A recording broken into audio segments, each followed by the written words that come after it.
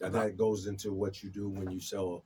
I believe you sell laundry detergent, and you sell other uh, common household products that a lot of us people in general use, but a lot of Black people especially use because we're clean people. And why don't you tell the people a little bit more about that? Washing liquid, laundry detergent. Focus the grind. This is 100% about the grind. Dishwashing liquid, gallons, $10. That's how much they charge at Walmart. 75 ounces. I sell 128 ounces for $10. They sell you 75 ounces for $8.94. Yeah. Well, for who I am and what I believe that as a people we have to begin to provide the necessities and things that we need for our own survival as much as possible, right? So what I do is I do what is called, for as products, chemical products, I do what is called white labeling, right? I go to the main manufacturers, the same ones who make any other main products, Tide, Gain, and I purchase the product in bulk, wholesale, sometimes using the label, which would be an extra fee. Sometimes without the label, you have to name it yourselves. And we all familiar with this because we all buy store brand products, Right, right. right? So Amazon even have its own private labeling company. They private label various products that's made off their line. They do this same thing happens with Costco's and Walmart. All have private line and brand label product. A private label is the same thing as a store brand. Essentially, a retailer will find a manufacturer to make an affordable version of a branded product.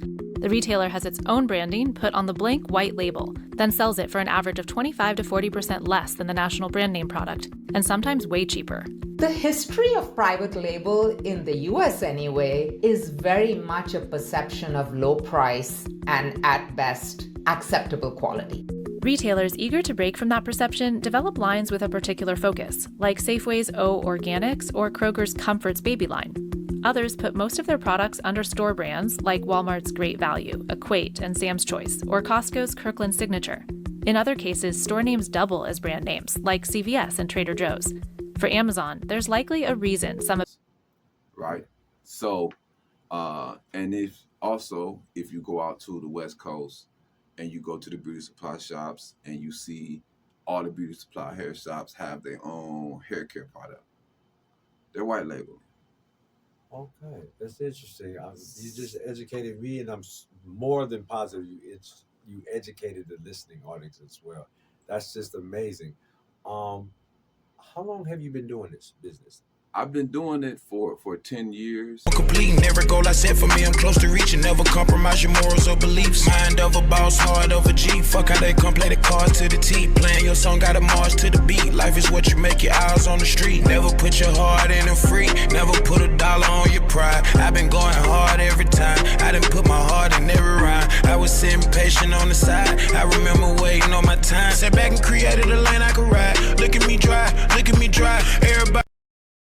I actually, when I looked at the numbers of far as the Sun laundry detergent, I really went into the research of it as far as saying like the number of households with laundry detergent with washers and dryers, which in Wisconsin, which is in Milwaukee, is 422,000 households. So I'm looking at the side of the market and things of that nature, looking at what private labeling doing. So the purpose of it really was to get off into it, do white labeling initially, get off of manufacturing, and help create opportunities for other brothers and sisters. But we have a issue with support because the market is there. What we spend on the product is there, but we lack the understanding of circulating wealth within our own community. Approximately 4% of small business owners are African Americans, even though African Americans make up approximately 13% of population. To build wealth in African American community, we must invest in the success of African American businesses and entrepreneurs. A little bit more about that. Yeah. And so my objective is for us to figure out is to save money, right? And to learn how to reinvest that money back into your community. And by me being a Black entrepreneur, and I feel that all Black entrepreneurs should feel this obligation, you are required as much as possible to circulate that wealth back in your community.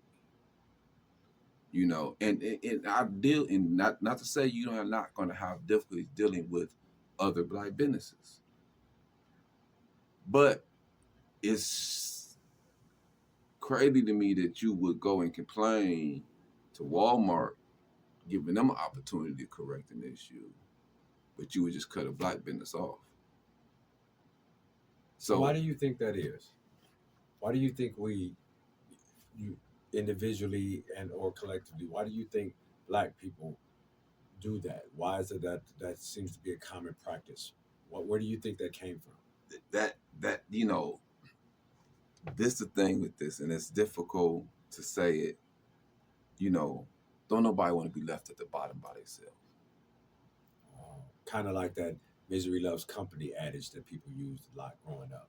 Exactly. Okay. And I'd rather spend my money with the white man. House niggas eyes. I just want you to understand that. We tired of racism. No, we're not. Not the way we spend.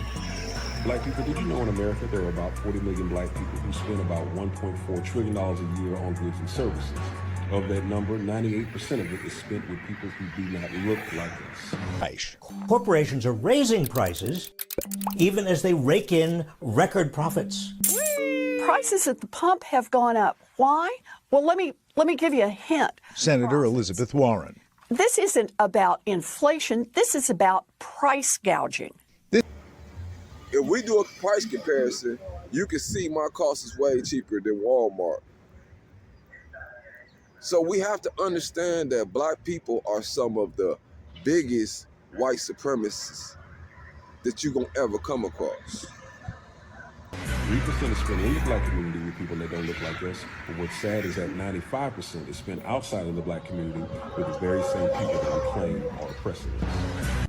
According to this chart, what is the biggest driver of inflation during the pandemic? The blue is the dark blue is the recent period. It would be corporate profits. And what is that percentage? It is 54%, and that number does stay that level of high if you update that number to more recent numbers as well. Come on, my Black people, we need to wake up. Black people are some of the biggest white supremacists.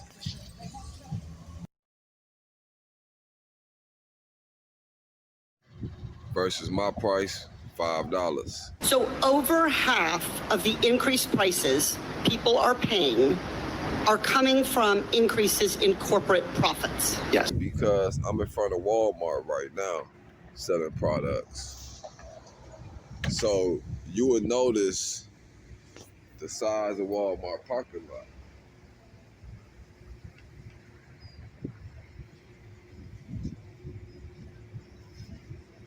Notice the race of people in Walmart parking lot, Black people. So Black people ride past me selling products cheaper than Walmart, higher quality than Walmart, but will prefer to support their oppressor rather than support one of their own. CEO of Kroger recently said, a little bit of inflation is always good in our business. Lindsay Owens runs a progressive economic think tank that scours the earnings calls corporations hold for stock analysts and investors, like this one from Constellation Brands, which sells beer, wine, and spirits. We're going to look at this on a market-by-market basis, brand-by-brand basis, and we'll take as much pricing as we think the consumer can absorb. In what world can you give away 98% of your economic buying power to your historical arch nemesis and honestly believe that we're about to come up? I mean, make it make sense. That doesn't sound like a group of people that is tired of racism. It sounds like a group of people that is funding it. I'd rather spend my money with the white man. House niggas are us. I just want you to understand that. It is this mentality that allows Europeans to continuously to raise prices in our community without us having the ability to protest it, because we have closed out creating alternatives to the Fortune 500 companies that monopolize the retail market within our community. It is us who is leaving us subjected to these people's malicious, malice ways.